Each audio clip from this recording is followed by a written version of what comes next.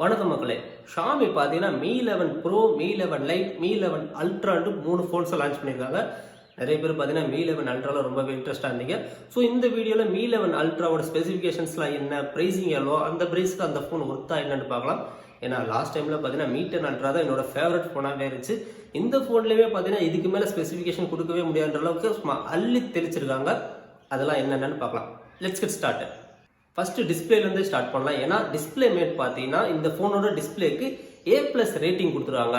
அந்த அளவுக்கு இந்த டிஸ்பிளேல என்ன இருக்குன்னா 6.81 இன்ச்சுக்கான AMOLED டிஸ்பிளே கொடுத்துருக்காங்க. ரெஃப்ரெஷ் பார்த்தீங்கன்னா 120 Hz, டச் சாம்பிளிங் பார்த்தீங்கன்னா 240 Hzக்கான ரேட்டிங் கொடுத்துருக்காங்க. ரெசல்யூஷன் பார்த்தீங்கன்னா 1440p, அதாவது Quad HD+ ரெசல்யூஷன்ல கொடுத்துருக்காங்க.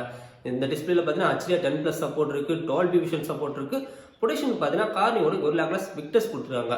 20:9 ஆஸ்பெக்ட் ரேஷியோவில் இருக்குது. அதனால் கையில் ஹோல்ட் பண்ணுறது கொஞ்சம் ஈஸியாகவே இருக்கும். பேக்கில் பார்த்தீங்கன்னா ஒரு செராமிக் ப்ரொடக்ஷன் கொடுத்துருக்காங்க. ஸோ செராமிக் கொடுத்துருக்கனால கையில் ஹோல்ட் பண்ணி யூஸ் பண்ணுறது நல்லாவே இருக்கும். ஆனால் அதே சமயத்தில் வெயிட்டாகவும் இருக்கும். ஏன்னா இந்த ஃபோன் கிட்டத்தட்ட 225 கிராம் வெயிட் இருக்குது. ஸோ டிஸ்பிளேன்னு பார்க்குறப்ப அந்த கர்வ்டு ஸ்க்ரீன் பெசல்ஸ்லாம் ரொம்ப தின்னாக கொடுத்துருக்கு. ஸோ கலர்ஸ்லாம் பார்த்தீங்கன்னா 1 பில்லியன் கலர்ஸ் கொடுத்துருக்காங்க. பிரைட்னஸ் லெவலுமே பார்த்தீங்கன்னா நார்மலாகவே 800 நெட்ஸ் வரைக்கும் போகும். பீக் பிரைட்னஸ் பார்த்தீங்கன்னா 1700 நெட்ஸ் போகும்னு சொல்கிறாங்க. இருக்கிறதுல இதுதான் பிரைட்டான டிஸ்பிளே. ஸோ டிஸ்பிளே மேட் வந்து இதுக்கு A+ ரேட்டிங் கொடுத்ததுல எந்த விதமான தப்பும் கிடையாது. அந்தளவுக்கு ஒரு பக்காவான டிஸ்பிளே தான் இது.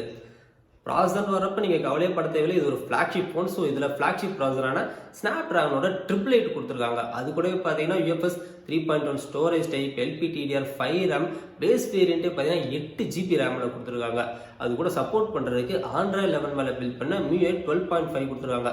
நம்ம எல்லாருக்குமே தெரியும் Android 11 மேலே பில்ட் பண்ண MIUI 12 பார்த்தீங்கன்னா ஆப்டிமைசேஷன் நல்லாவே பண்ணுவாங்க. ஸோ அது கூடவே ஸ்னாப்ட்ராகன் 888 120 Hzக்கான ரெஃப்ரெஷ் ரேட் வரும்போது பர்ஃபார்மன்ஸ் இந்த ஃபோனில் தாறுமாறாக இருக்கும். எந்த விதமான ஹை கிராஃபிக்ஸோட கேமிங்காக இருந்தாலும் சரி, இல்லை 4K வீடியோ எடிட்டிங்காக இருந்தாலும் சரி, மல்டி டாஸ்கிங்காக இருந்தாலும் சரி, எல்லாத்தையுமே இந்த ஃபோன் வந்து ரொம்ப ஈஸியாகவே ஹேண்டில் பண்ணிட்டு போயிடும். எவ்வளோ பவர்ஃபுல்லான ஃபோனாக இருந்தாலும் அதை ஒரு நாள் ஃபுல்லாக யூஸ் பண்ணுறதுக்கு பேட்டரி தான் ரொம்ப முக்கியம். இந்த ஃபோனில் பார்த்தீங்கன்னா 5000 mAhக்கான பேட்டரி கொடுத்துருக்காங்க. ஸோ ஈஸியாகவே ஒரு நாள் வரைக்கும் வந்துடும். ஆனால் சார்ஜர் வரப்போ ஒரு டவுன்கிரேட் பண்ணியிருக்காங்க. என்ன அப்படின்னா இதில் 67 வாட்க்கான ஃபாஸ்ட் சார்ஜிங் சப்போர்ட் கொடுத்துருக்காங்க. அதை பாக்ஸ்லேயே கொடுக்குறாங்க.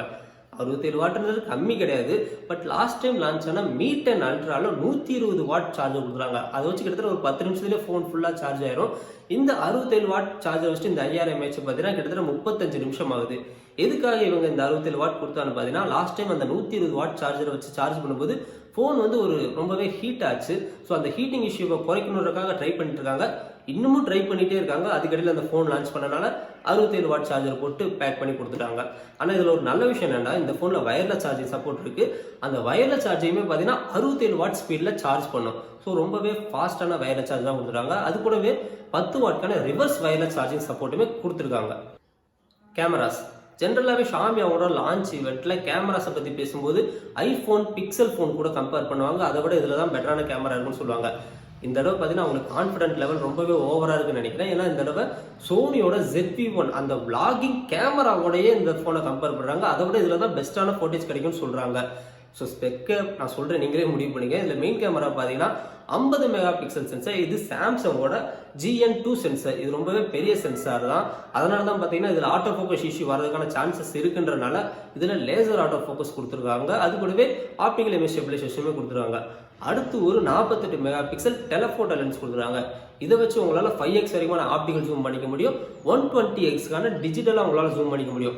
120 மடங்கு உங்களால் ஜூம் பண்ணும்போது பார்த்தீங்கன்னா நிறைய ஷேக் வர்றதுக்கான சான்ஸ் இருக்குது. அதனால் இதுலையுமே OIS கொடுத்துருனால ஓரளவுக்கு ஷேக் இல்லாமல் நல்ல குவாலிட்டியான ஜூம் ஃபோட்டோஸ் கிடைக்க முடியும். அடுத்து பார்த்தீங்கன்னா இன்னொரு 48 மெகா பிக்சல் அல்ட்ரா வைட் கொடுத்துருக்காங்க. இதோட சென்சார் பார்த்தீங்கன்னா சோனியோட IMX586 சென்சார். இந்த சென்சார் எங்கேயும் கேள்விப்பட்ட மாதிரி இருக்கா? 20,000 ரூபா பட்ஜெட்டுக்குள்ளே வர நிறைய ஃபோன்ஸில் இதுதான் மெயின் கேமராவே இருக்குது. அந்த மெயின் கேமராவுக்கு இதில் அல்ட்ரா வைட் கொடுத்தது உண்மையில ரொம்ப வரவேற்கத்தக்கது தான். ஏன்னா இப்போ வர நிறைய ஃப்ளாக்ஷிப் ஃபோன்ஸ் வந்து அல்ட்ரா வைடுக்கு ரொம்பவே முக்கியத்துவம் கொடுக்குறாங்க. இந்த அல்ட்ரா வைட் கேமரா வச்சு உங்களால் மேக்ரோ ஷாட்ஸும் எடுக்க முடியும். ஸோ 48 மெகா பிக்சலில் மேக்ரோ ஷாட்ஸ் எடுத்தால் நல்லா கிளாரிட்டியாக இருக்கும். சரி, இது வந்து ஒரு பொதுவான செட்டப் தானே. எல்லா ஃப்ளாக்ஷிப் கேமராலையும் இந்த மாதிரியான செட்டப் தானே கொடுப்பாங்க. Xiaomi இதில் என்ன புதுசாக கொண்டு வந்திருக்காங்க, அந்த அல்ட்ரான்ற பேருக்கு என்ன இதில் புதுசாக கொண்டு வந்திருக்காங்கன்னா ஒரு நல்ல விஷயம் கொண்டு வந்திருக்காங்க. அது என்ன அப்படின்னா ஃப்ரண்ட்டில் வந்து செல்ஃபி டிஸ்பிளே கொண்டு வந்திருக்காங்க. அதாவது 1.1 இன்ச்சுக்கான AMOLED செல்ஃபி டிஸ்பிளே கொடுத்துருக்காங்க. அதனால தான் இதோட கேமரா பம்ப் பார்த்தீங்கன்னா ரொம்பவே பெருசாக இருக்கும். இதனால் என்ன யூஸ்னா நம்ம எல்லாருக்குமே தெரியும், பேக்கில் இருக்க மெயின் கேமரா வந்து ரொம்பவே ஷார்ப்பான ஃபோட்டேஜ் எடுக்கும். ஆனால் ஃப்ரண்ட்டில் இருக்க செல்ஃபி கேமரா பார்த்தீங்கன்னா அந்தளவுக்கு ஒன்றும் டீட்டெயில்ஸ் இருக்காது, நார்மலான ஃபோட்டேஜ் தான் எடுக்கும். நான் வந்து யோசிச்சுட்டே இருப்பேன், பேக்கில் மெயின் கேமரா இருக்க அதே சென்சார் தூக்கி ஃப்ரண்ட்டில் கொடுத்தா நான் ஃப்ரண்ட்லேயுமே ஷார்ப்பான ஒரு செல்ஃபிஸ் கிடைக்குமேனு யோசிச்சிருக்கேன். ஷாமி கிட்டத்தட்ட அதே தான் பண்ணியிருக்காங்க. இந்த தடவை இந்த சின்ன டிஸ்பிளே மூலமாக உங்களால் பேக்லேயே செல்ஃபி கேமரா எடுத்துக்க முடியும். அதனால் அந்த 50 மெகா பிக்சல் சென்சார், இந்த 48 mega pixel ultra wide use பண்ணி உங்களால் செல்ஃபிஸ் எடுத்துக்க முடியும். ஸோ இருக்கிறதுலே பெஸ்ட்டான செல்ஃபி கேமரா இதுவாக தான் இருக்கும். அதனால் இதில் வந்துட்டு செல்ஃபி கேமரா கொடுக்கலன்னு கேட்காதீங்க. ஏன்னா இதில் 20 மெகா பிக்சலான செல்ஃபி கேமராவும் கொடுத்துருவாங்க.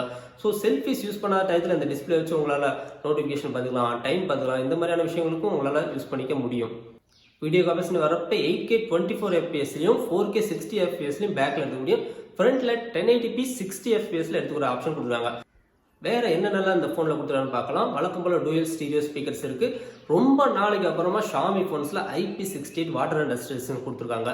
ஏன்னா இதில் வயர்லெஸ் ஆச்சு கொண்டு வந்தாலும் IP ரேட்டிங்லாம் அவ்வளோ ஈஸியாக கொடுக்க மாட்டாங்க. ஸோ இந்த ஃபோனில் கொடுத்துருக்கு உண்மையிலே ஒரு பாராட்டக்கூடிய விஷயம் தான். அது மட்டும் இல்லாமல் இது ஒரு 5G ஃபோன், Wi-Fi 6E இருக்குது, ப்ளூடூத் 5.2 கொடுத்துருவாங்க. வழக்கம் போல் 3.5mm ஹெட்ஃபோன் ஜெக் கிடையாது, SD கார்டு சப்போர்ட்டும் கிடையாது. ஃபைனலாக ப்ரைஸிங் பற்றி பார்க்கலாம். இந்த ஃபோன் பார்த்தீங்கன்னா 3 வேரியண்ட்டில் கொண்டு வந்திருக்காங்க. அதில் பேஸ் வேரியண்ட்டு பார்த்தீங்கன்னா 8GB RAM 256GB ஸ்டோரேஜில் கொடுத்துருக்காங்க. நிறைய பேருக்கு இதுவே போதுமானது தான். இதோட ப்ரைஸ் பார்த்தீங்கன்னா 6000 யுவானுக்கு சைனாவில் லான்ச் பண்ணியிருக்காங்க. அதை அப்படியே கன்வெர்ட் பண்ணிங்கன்னா இந்தியாவில் ஒரு 66,000 ரூபாய்க்கு வரும். ஸோ OnePlus 9 Proக்கு ஒரு டைரக்ட் காம்படிஷனாக தான் இந்த ஃபோன் வந்திருக்கு. OnePlus 9 Proவோட கம்பேர் பண்ணும்போது ஒரு சில விஷயங்கள் ஷாமிக்கு எட்ஜாக இருந்தாலும் சாஃப்ட்வேர் வரப்போ OnePlusோட ஆக்சிஜன் ஓஎஸ்க்கு கண்டிப்பாக MIUI 12 வந்து ஈக்குவலாக வராது. ஸோ ஓரளவுக்கு ஈக்குவல்னு சொல்லலாம். ஆனால் இந்த ஃபோன் பார்த்தீங்கன்னா இந்தியாவுக்கு வர்றது ஒரு கேள்விக்குறி தான். Maybe Mi 11 Lite, Mi 11 Pro வேண்டாம் இந்தியாவுக்கு வரக்கான சான்சஸ் இருக்குது. Mi 11 Pro பார்த்தீங்கன்னா Mi 11 அல்ட்ராவுக்கும் சேம் தான், கிட்டத்தட்ட எல்லாமே சேமாக தான் இருக்குது. எங்கே டிஃப்ரென்ஸ்னால் அந்த அல்ட்ரா வைடும் டெலஃபோட்டோ தான். இதில் 13 மெகா பிக்சலுக்கான ultra wide, 8 megapixel telephoto தான் கொடுத்துருக்காங்க. But main camera, display, battery எல்லாமே ஈக்குவலாக தான் கொடுத்துருக்காங்க. அதோட ப்ரைஸ் பார்த்தீங்கன்னா ஒரு 55,000 ஸ்டார்ட் ஆகும்னு நினைக்கிறேன். ஸோ நான் OnePlus 9 Pro வாங்கணும்னு நினச்சேன், ஆனால் அதோட ப்ரைஸிங் அதிகமாக இருக்குது அப்படின்னு நினைக்கிறவங்களுக்கு Mi 11 Pro வந்து ஒரு செகண்ட் ஆப்ஷனாக ஒரு நல்ல ஆப்ஷனாக இருக்கும். அது மட்டும் இல்லாமல் Mi Mixலேருந்து ஒரு ஃபோல்டபுள் ஃபோன் வேறு லான்ச் பண்ணியிருக்காங்க. நம்ம கூடிய சீக்கிரம் அதை பற்றி ஒரு வீடியோ போடலாம். இந்த வீடியோ பற்றின கருத்துக்கள் ஏதாச்சும் இருந்தால் உங்கள் கமெண்ட்டில் சொல்லுங்கள். அடுத்து நல்ல ஒரு வீடியோவில் பார்க்கலாம். தேங்க்ஸ் ஃபார் வாட்சிங்.